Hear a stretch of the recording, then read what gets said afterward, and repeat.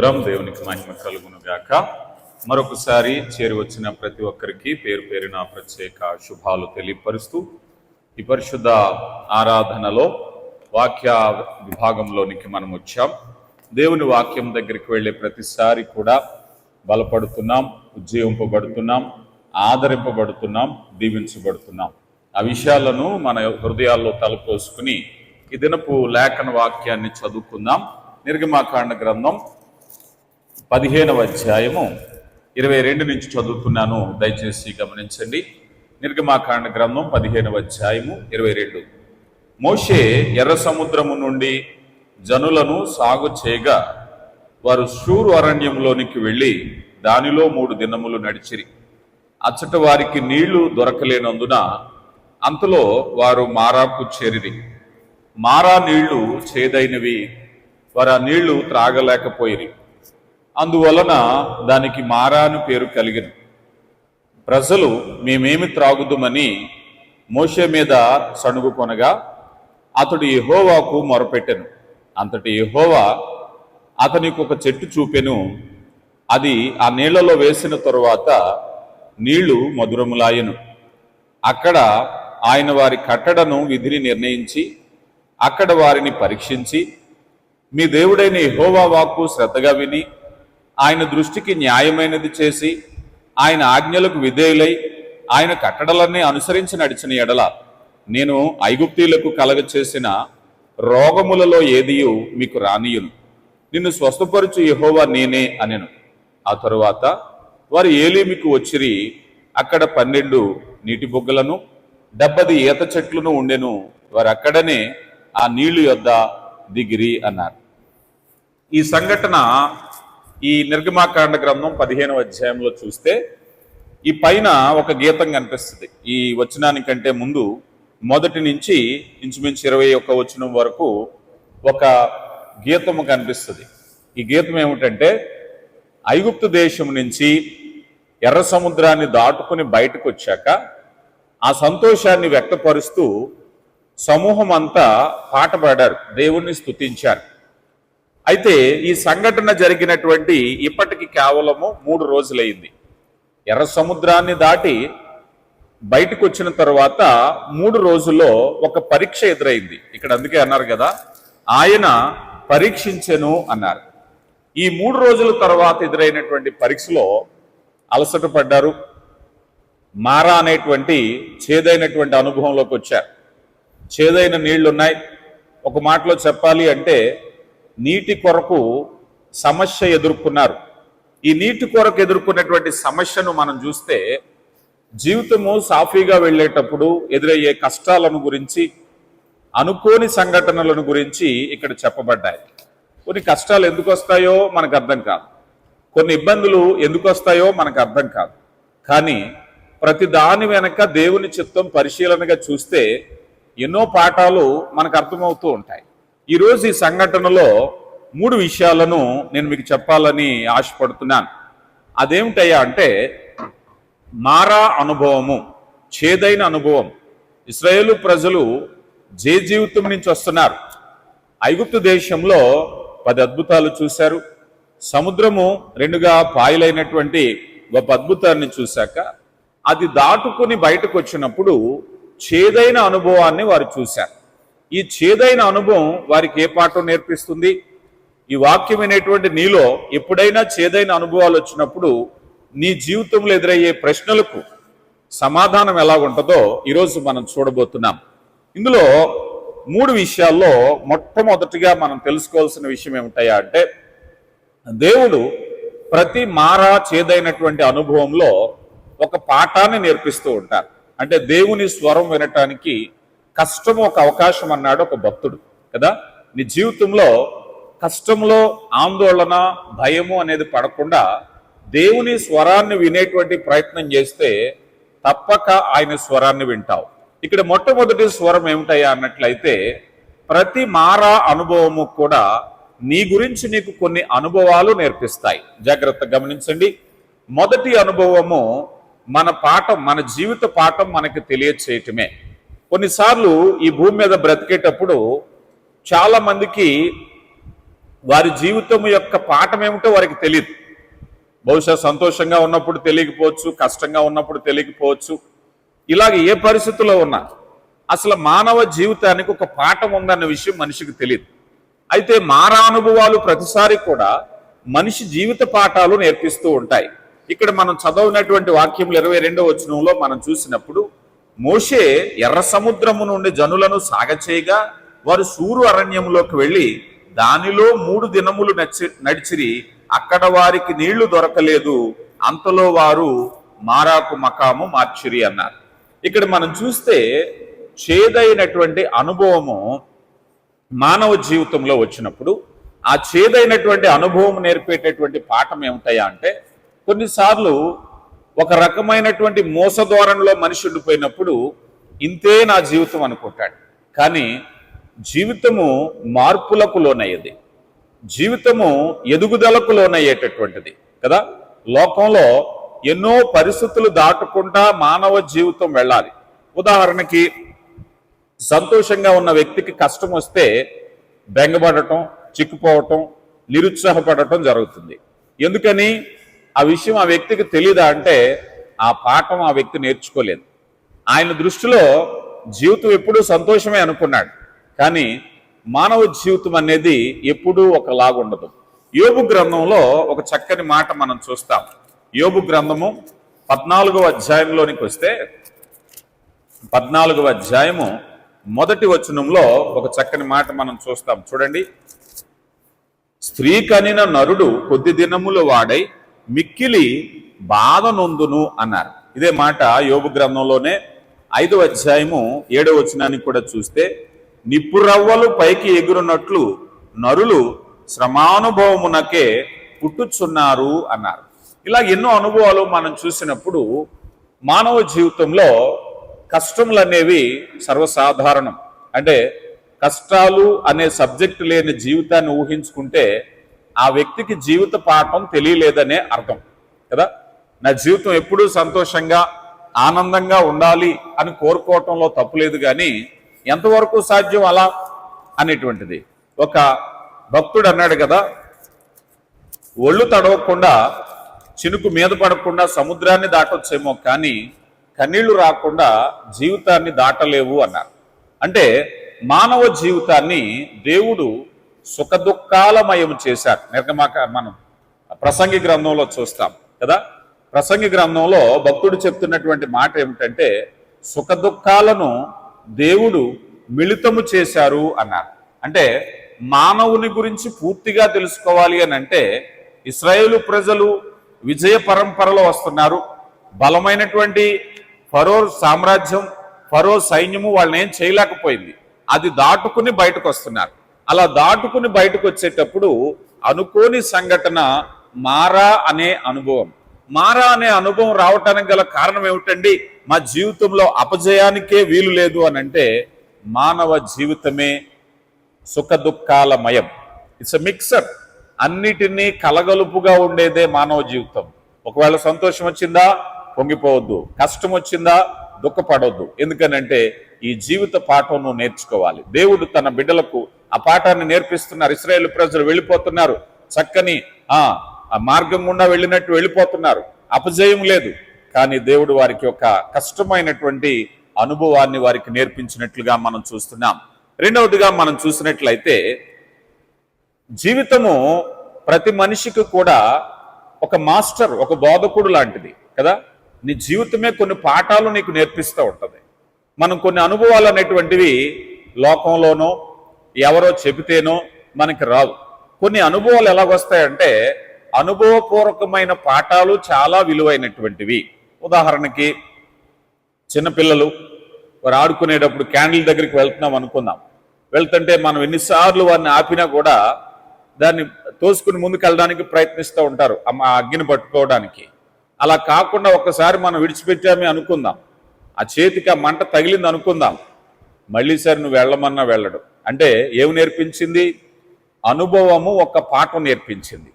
ప్రతి మనిషికి కూడా తన జీవితమే తనకు విలువైన పాఠం. ఈరోజు ఏ నిర్ణయం ఎక్కడికి నడిపిస్తుందో ఇతరులు చెప్పే కంటే ఒక నిర్ణయం తీసుకున్నాక దానివల్ల కలిగే పర్యవసానం అనుభవించాక నీకే తెలుస్తుంది ఆ పాఠం. అమ్మో, ఈ నిర్ణయంకి వెళ్తే ఏం జరుగుతుందో నాకు బాగా తెలుసు, నాకు బాగా బుద్ధి వచ్చింది, కనుక ఈ పని చేయకూడదు, ఈ నిర్ణయం తీసుకోకూడదు. ఇలాగ ఎన్నో పాఠాలు మన జీవితమే మనకి పాఠమే నేర్పిస్తుంది. అది నేర్చుకోవాలి. అందుకని మన జీవితాన్ని మనం పరిశీలనగా చూడటం వలన కూడా అనేకమైనటువంటి పాఠాలు మనకి దయచేయబడతాయి. అందుకే రోమీలకు రాయబడిన పత్రిక 8:28లో ఆయన సంకల్పము చొప్పున పిలువబడిన వారికి సమస్తము సమకూడి జరుగుతాయి. అంటే ఆయన సంకల్పంలో ఉన్నామండి. మారా అనుభవం ఎందుకు వచ్చిందంటే, ఏమో దేవుడికి ఏ పాఠం నేర్పించాలనుకుంటున్నారో, రాబోయేటటువంటి ఏ విధమైన కష్టాన్ని ముందుగా పసిగట్టి ఈ పాఠం ద్వారా నేర్పించి సరిదిద్దాలనుకుంటున్నాడేమో కదా. అందుకని ఒక్కొక్కసారి మారా అనుభవము కూడా సమస్తము కూడా అనుభవకరమే కదా. మనం యోహాను సువార్త 6వ అధ్యాయంలో మన పేతురు గారు నీటి మీద నడిచిన అనుభవాన్ని మనం చూస్తూ ఉంటాం. ఈ నీటి మీద నడిచిన అనుభవంలో విశ్వాసం ఏం చేస్తుందో, అవిశ్వాసం ఏం చేస్తుందో పేతురు గారికి ఎవరో చెప్పక్కర్లేదు. అతడు విశ్వాసము కలిగినప్పుడు నీటి మీద నడిచాడు, విశ్వాసములో తొట్టిల్లిపోయాక మునిగిపోయే ప్రయత్నం చేశాడు. ఇప్పుడు ఎవరు చెప్పాలి ఆయనకి? ఎవరు చెప్పాల్సిన పని లేదు. తన అనుభవమే తనకు పాఠమైంది కదా. ఈరోజు కొంతమంది ఆ పాఠాలు నేర్చుకోలేకపోతూ ఉంటారు. కొన్ని కష్టాలు వచ్చినప్పుడు, కొన్ని తప్పిదాలు వచ్చినప్పుడు, తప్పిదం మీద తప్పిదం చేసే పని ఎందుకు వచ్చింది? ఒక తప్పిదం జరిగినప్పుడు, ఒక నష్టం జరిగినప్పుడు రెండవసారి అలాంటి పని చేయకూడదనే కదా మొదటిసారి నీ జీవితంలో ఆ చేదైన అనుభవం అనుభవించబడింది.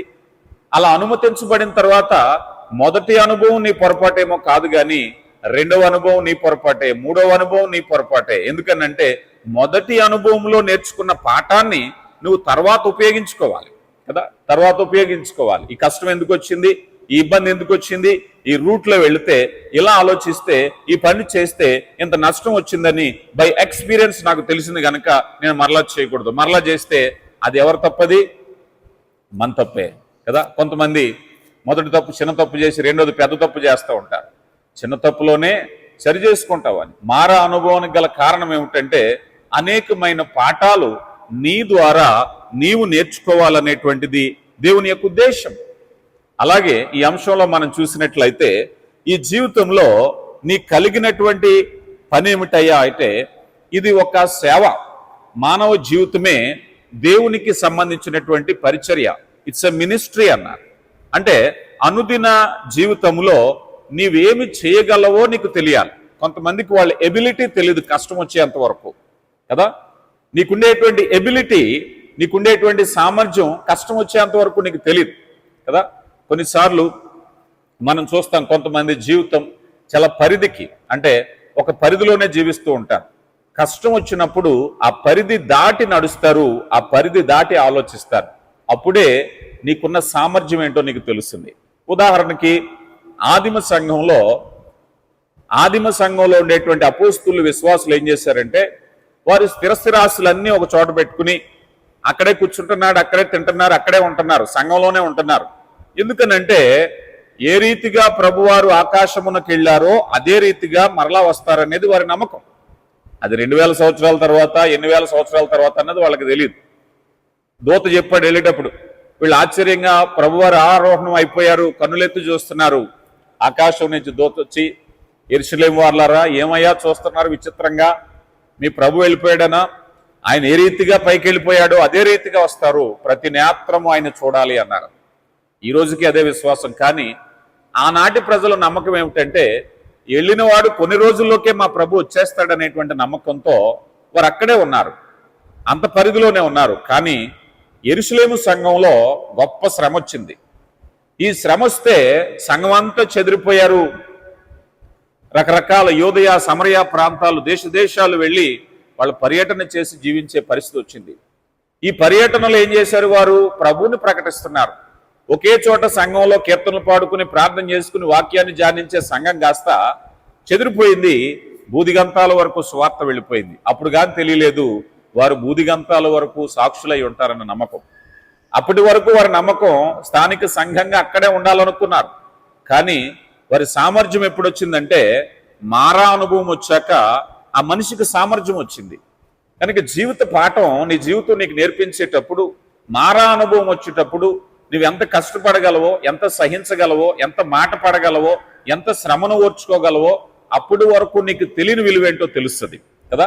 మారా అనుభవం రాకపోతే నీ సామర్థ్యం ఏంటో నీకు ఎప్పటికీ తెలియదు. అలాంటి అనుభవం నేర్పించటానికి దేవుడు ప్రయత్నిస్తున్నాడు కదా.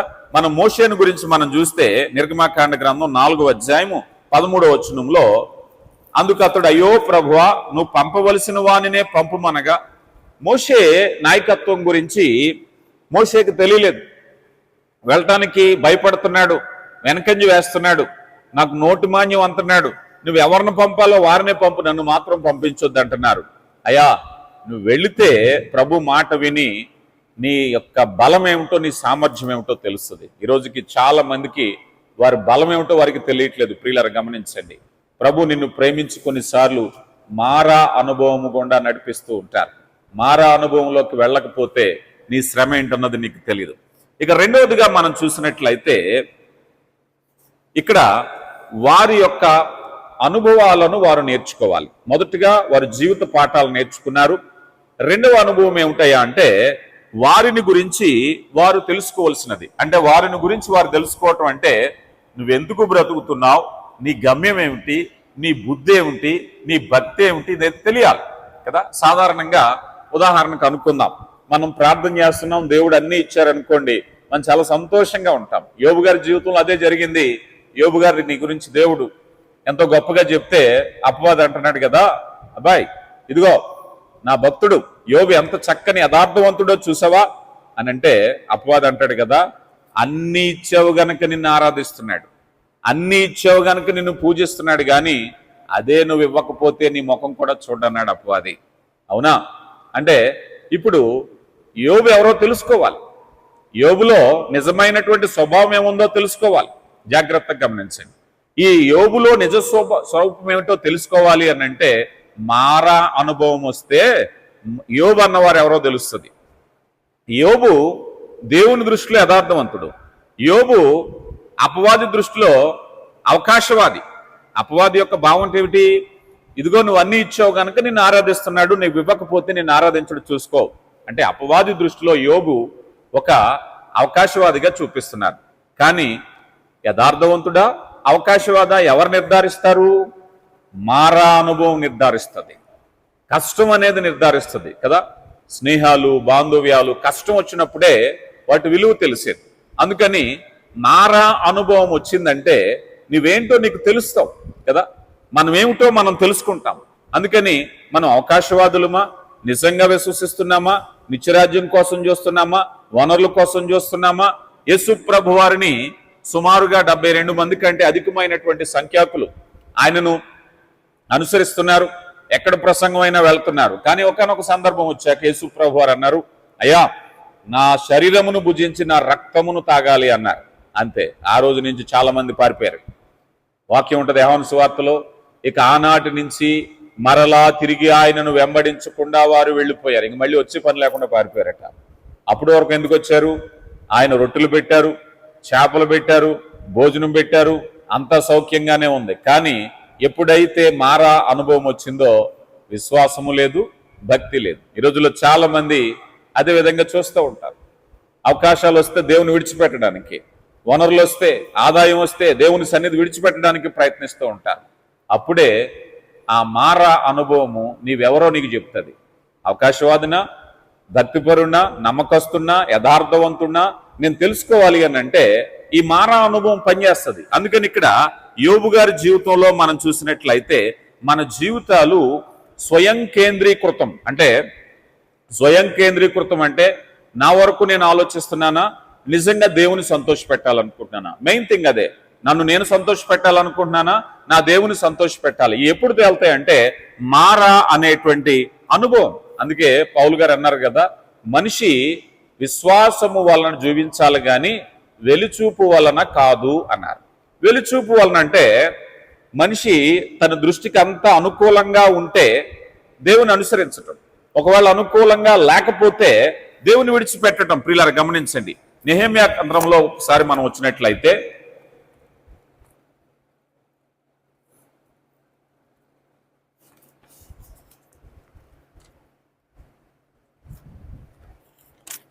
నెహెమ్యా గ్రంథం 8వ అధ్యాయము 10వ వచనాన్ని మనం చూస్తే,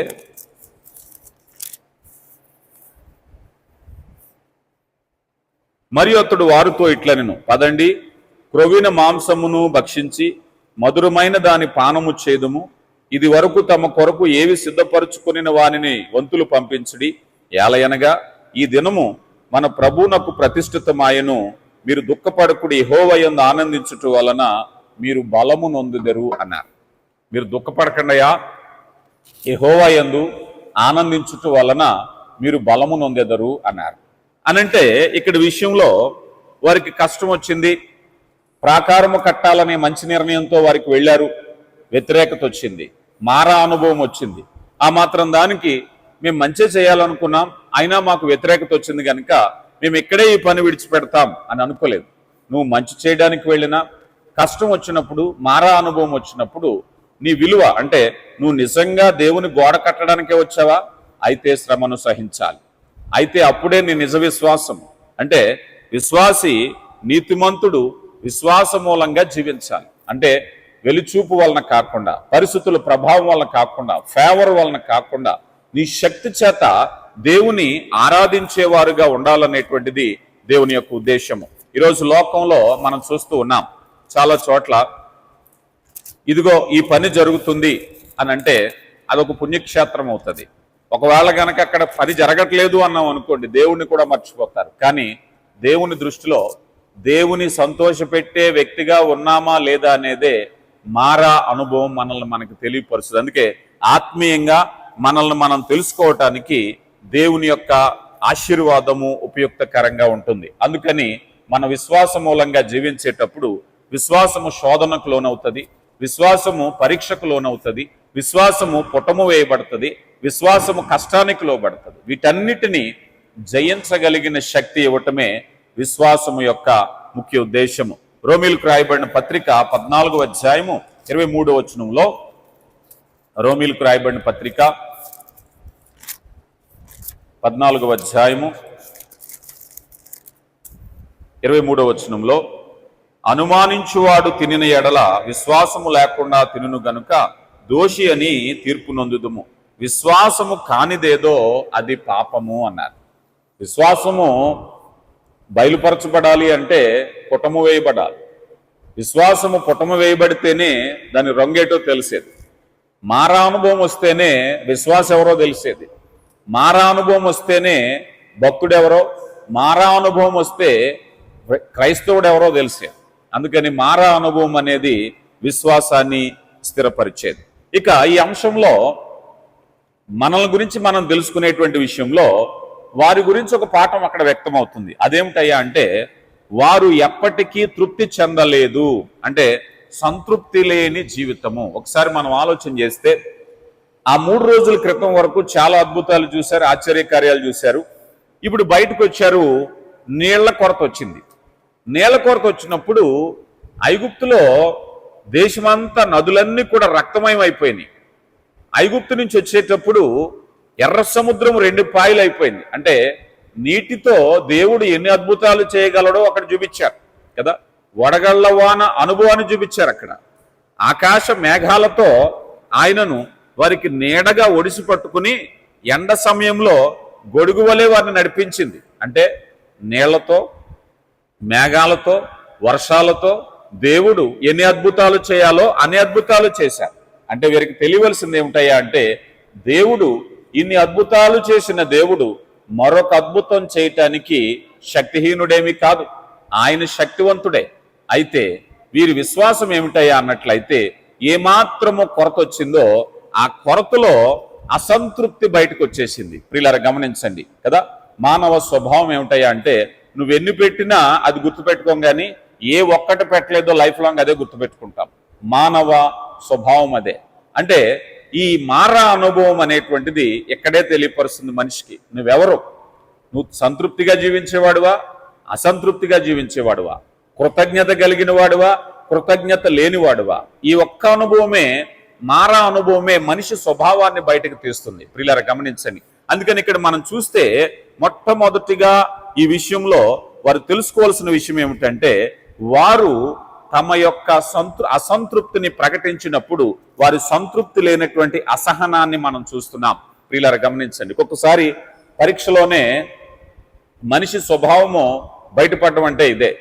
దేవుడు పరీక్షించేది ఎందుకంటే నీ విశ్వాసము బయటపడాలి, నీ కృతజ్ఞత బయటపడాలి, నీ విధేయత బయటపడాలి. నువ్వు దేవునితో ఉంటావా, దేవుని విడిచి వెళ్ళిపోతావా?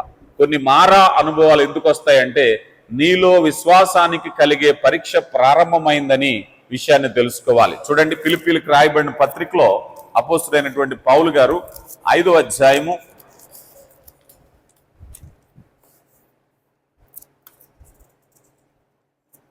20వ వచనంలో మన ప్రభు అయిన యేసుక్రీస్తు ప్రేరట సమస్తమును గూర్చి తండ్రైన దేవునికి ఎల్లప్పుడూ కృతజ్ఞతాస్తుతులు చెల్లించుడి అన్నారు. కొన్నిసార్లు మన జీవితాల్లో కృతజ్ఞత లేకపోతూ ఉంటది. ప్రియులారా గమనించండి. అందుకని కృతజ్ఞత చెల్లించాలి అని అంటే నీ హృదయంలో కృతజ్ఞత ఉండాలి. అందుకే యోబు గారు అంటారు కదా, భార్యతో మూర్ఖురాలు మాట్లాడినట్టు మాట్లాడకు, ఆయన చేత మేలు అనుభవించదగిన మనము కీడు అనుభవించమా? దేనికైనా సిద్ధమే, ఆయన ఎప్పటికీ నిన్ను స్తుతించాలి, ఎప్పటికీ కృతజ్ఞత చెల్లించాలనే భావాన్ని ఇక్కడ మనం చూస్తూ ఉన్నాం. కనుక ప్రియులారా, దేవుని వాక్యంలో మనం చూస్తే దశలోనికి పత్రిక 5వ అధ్యాయంలో కూడా ఎల్లప్పుడూ కృతజ్ఞతాస్తుతులు చెల్లించుడి, ఎల్లప్పుడూ ప్రార్థించుడి అనేటువంటి మాటలు మనం చూస్తూ ఉన్నాం. కనుక దేవుని చిత్తంలో నువ్వు ఎలాంటి వ్యక్తిగా ఉండాలి అని అంటే, ఆమోసు గారు అంటారు కదా, ఇదిగో నా సాలలో గొర్రెలు లేకపోయినా, ఇదిగో నా ద్రాక్ష తోటలు పుష్పించకపోయినా, నా గాదిలో ఇదిగో ఆ తైలము లేకపోయినా నేను నా దేవుడైన యెహోవాను సేవించేదను, స్తుతించేదను. అదే నిజమైన అనుభవం. ప్రతి మారా అనుభవములో కూడా దేవుని స్తుతించే వ్యక్తిగా ఉండాలనేటువంటిది దేవుని యొక్క ఉద్దేశము. ఇక 3వ పాఠాన్ని మనం నేర్చుకుంటే, మొదటి పాఠం జీవితాన్ని గురించి పాఠం, 2వ పాఠం మనం ఏమై ఉన్నామో మనం తెలుసుకునే పాఠం, 3వ పాఠాన్ని మనం చూసినట్లయితే దేవుని కొరకైన పాఠాలు, ప్రభు కొరకైన పాఠము 3వ పాఠం.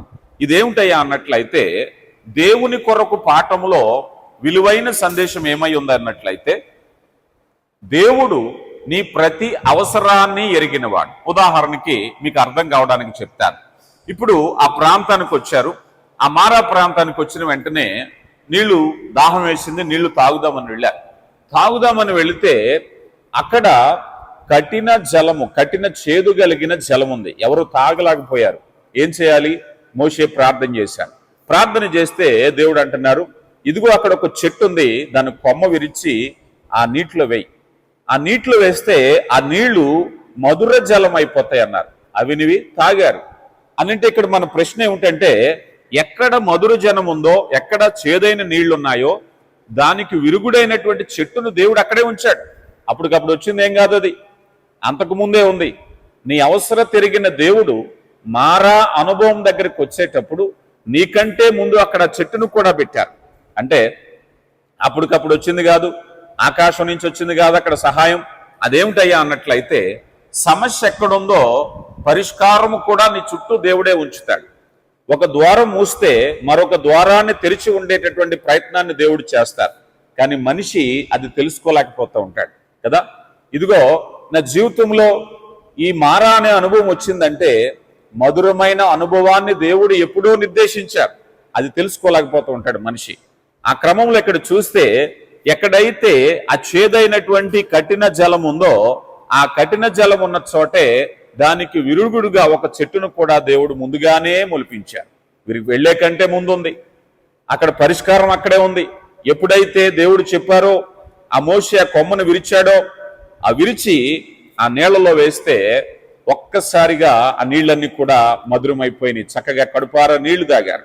అంటే దేవుడు పరిష్కారాన్ని పెట్టే దేవుడు. నీ జీవితంలో మారా అనే అనుభవం, చేదైన అనుభవం, కష్టమైన అనుభవం వస్తే పరిష్కారాన్ని కూడా దేవుడు ఏర్పాటు చేస్తారు. ఎందుకంటే మన కొరకు ప్రతి అవసరము ఆయనకు తెలుసన్న విషయం మనకు తెలుసుకోవాలి. ఇదే ఈ పాఠంలో తెలియవలసిన విషయం ఏమిటంటే, ఈ మారా అనుభవంలో ప్రభు కొరకు పాఠాల్లో మొదటిది ఏమిటయ్యా అంటే, నీ అవసరత గురించి, నా అవసరత గురించి ప్రభుకి ముందుగానే తెలుసు అన్న విషయాన్ని గమనించాలి. చాలా మంది అనుకుంటారు, నా ప్రార్థన దేవుడు ఆలకించట్లేదు, నన్ను గుర్తించట్లేదు, నా సమస్యలు తెలియట్లేదు అనుకుంటారు.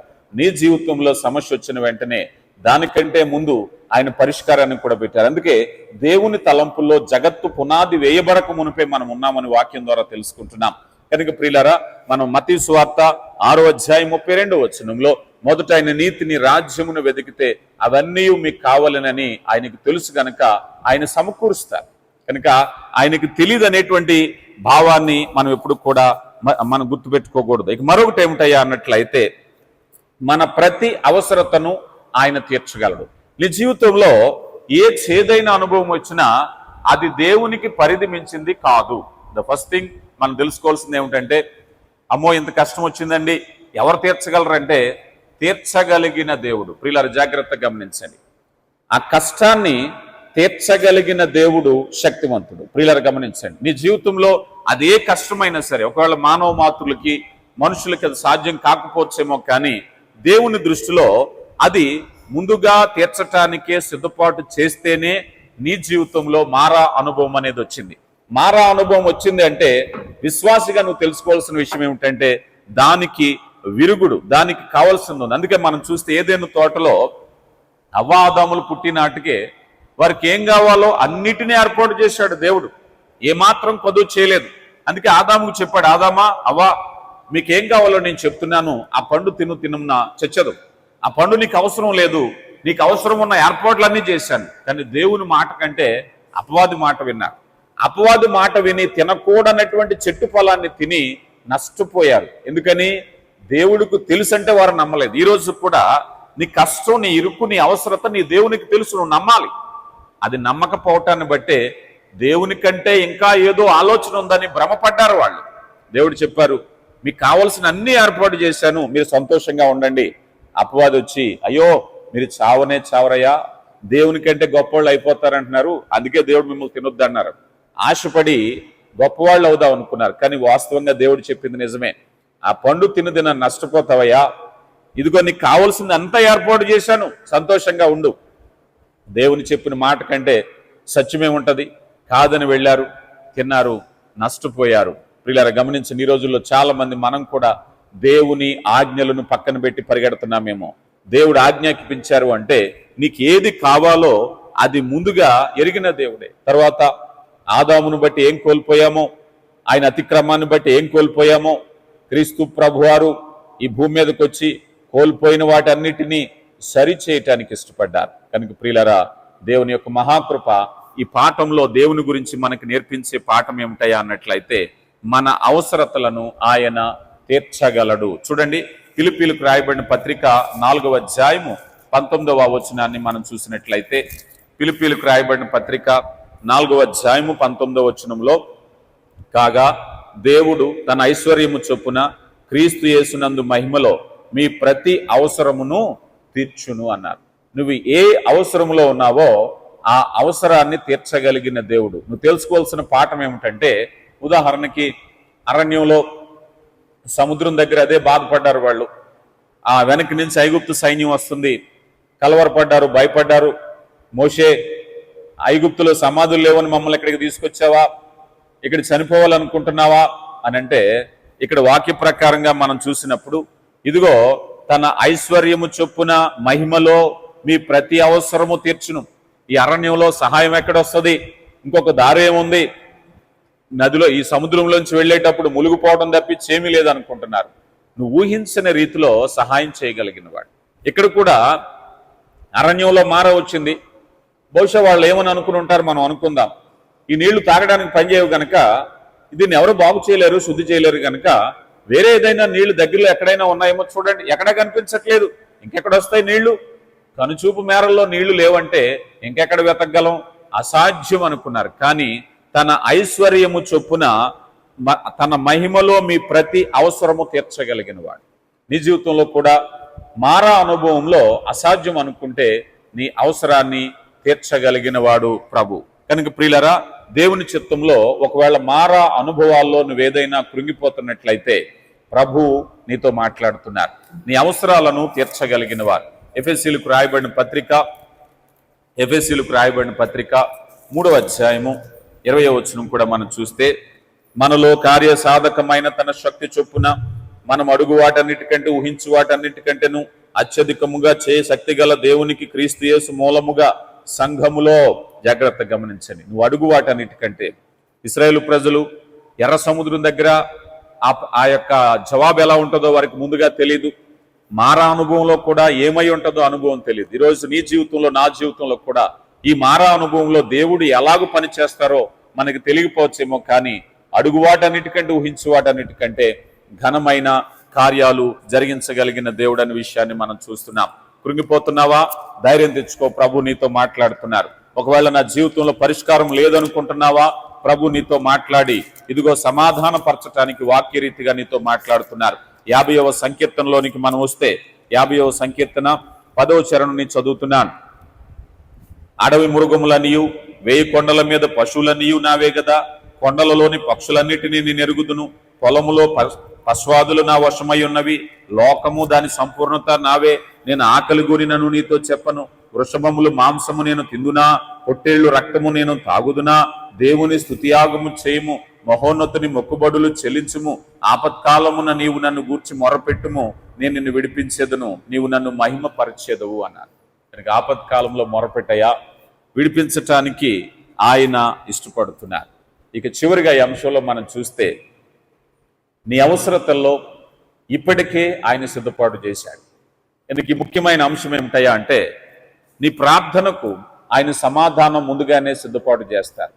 నువ్వు కనుగొనలేకపోతే ప్రార్థనాపూర్వకంగా కనిపెట్టు. ప్రభు నీతో మాట్లాడుతున్నారు. ఒకవేళ ఇప్పటికీ నాకు మార్గం దొరకట్లేదు అని అనుకుంటే, మార్గాన్ని అయితే ఏర్పాటు చేశారు, ఆ మార్గం ఏమై ఉందో నీకు తెలియట్లేదు, అది కనుగొనే ప్రయత్నం చేయి. నా ప్రార్థనకు జవాబు, నా కష్టానికి పరిష్కారం, నాలో ఉండేటువంటి అనుమానాలకు జవాబు దొరకట్లేదని నువ్వు అనుకుంటే, వాటిని దేవుడు ఎప్పుడో ముందుగానే సిద్ధపరుస్తారు. వాటిని కనుగొనే ప్రయత్నంలో నిర్లక్ష్యం చేస్తున్నావేమో, ప్రభు నీతో మాట్లాడుతున్నాను.